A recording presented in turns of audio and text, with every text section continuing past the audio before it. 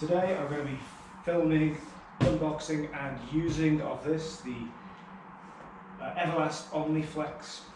I bought this because one, well, a few different reasons. One, it's slightly cheaper than a lot of the other freestanding bags. There's so much choice out there.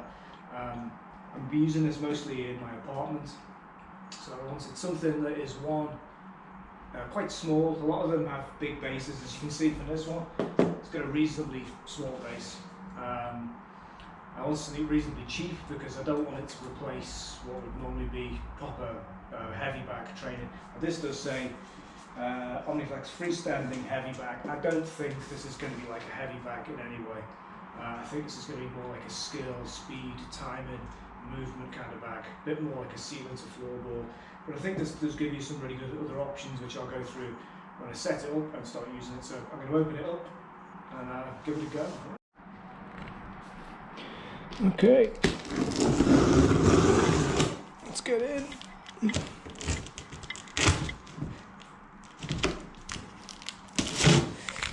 So this is it's a big box, but it's not heavy.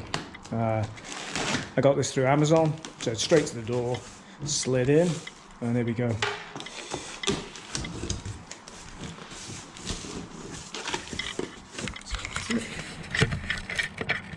Got instructions, how to. Then you got the bag itself. Feel that padding, yeah, quite thick. And there's the base. And I imagine that's all the legs. And there's a big heavy rubber disc. Like I said, the package itself isn't heavy. The height goes up to 5'7". I'm quite small, and I'm hoping that'll be in my favour because I saw some of the videos and saw some guy really giving it a good clobbering, and he looked quite tall and it was going flying. So obviously he'd set the bag up quite high. Because I'm quite small, I'll be able to set it a bit lower, and I'm hoping that will provide less leverage and less swing. So we'll see.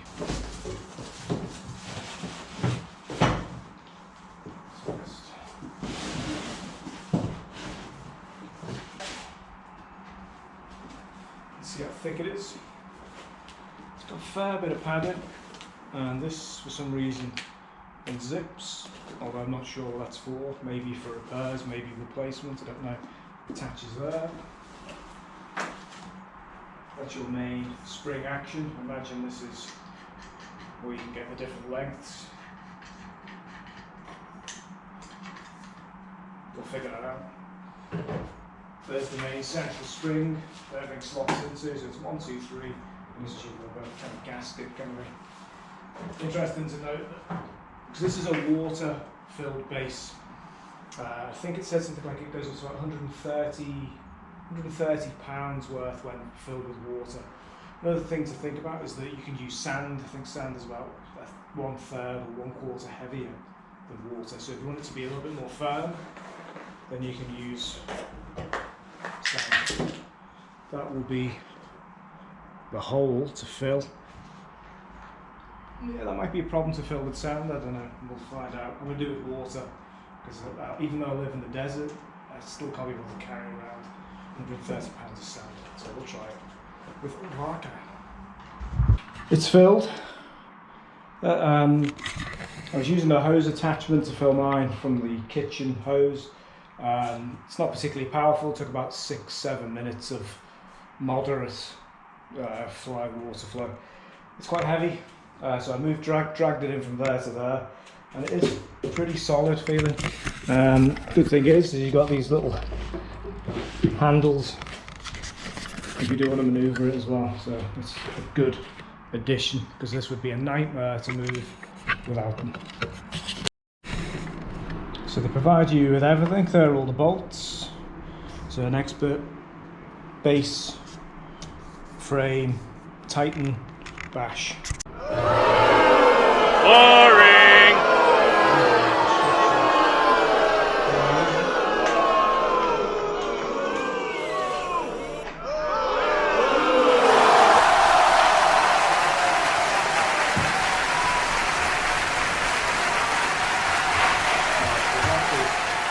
That's full house. Bye.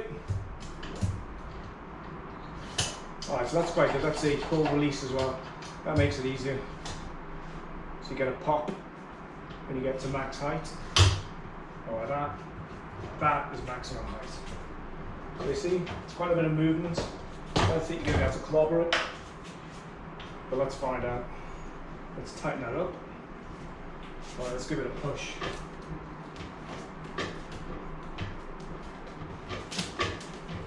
So look at the base, looks quite solid. That's at max height. It says don't go beyond 60 degrees, but let's face it, if you've got space, you're going to get rid of clobbering. Let's see if there's any less. Let's go right. This is the lowest. Let's see if it changes the leverage. Yeah.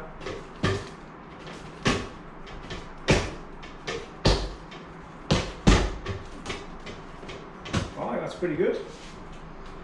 Now I've just got to hit it. Let's run through some combos. Let's give it a test. Let's see how it feels. I'll stick the gloves on, mainly just because it will muffle the sound. Alright, let's give it some jabs.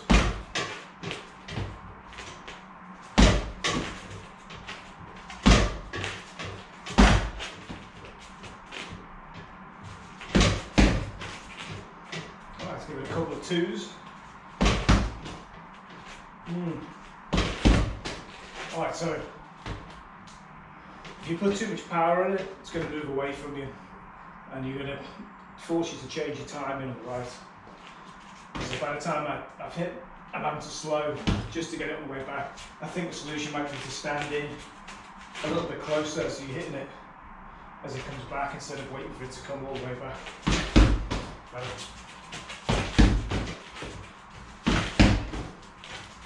Makes you defend yourself. Let's give it a 3, jab, across, and a hook. Woo.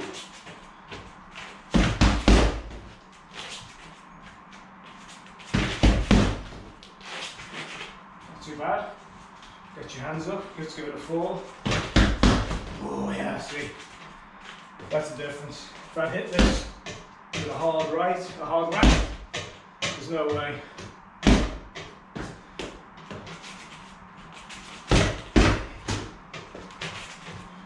Take a bit of power out of the hook, a bit better.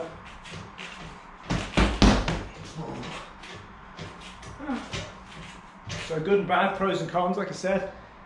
Keep you on your toes, gets the combinations coming back at you, the back coming back at you, makes you a bit more defensive. But if you try and absolutely welly this, it'll throw your timing off. I think straight shots might be alright. Singles, finishing with hooks. Because if you're trying to throw any more than 4 punches, I think you're gonna miss the timing and it'll mess up your rhythm. Yeah, see, I expect I'll get a few jarred elbows on this, but I'm gonna give it a good few rounds and I'll give you a final verdict.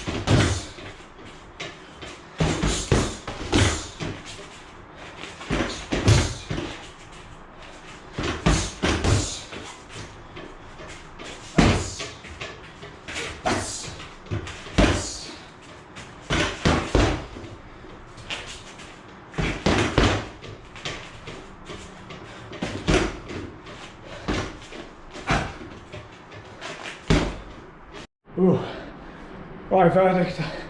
It's about 7-8 rounds, maybe 6, 7. Verdict is, well, I'm sweating. I got a good sweat. I can hit with speed and power. I have to make some amendments though. So I've realised that this bag is going to be very good for certain things and not so good for other things. Like for example, I said at the beginning, this isn't a heavy bag. I stand by that. It moves too much to be a heavy bag. You can't get your combinations in time because the bag doesn't come back in time, especially when you're hitting high up on the bag. Your head shots. Body shots are pretty good. I was doing liver shots and spleen shots, 2s, 3s, fast, hard pace. And it was coming back because I'm hitting low in the bag, so there's less leverage. That's really good. So I set it down a little bit.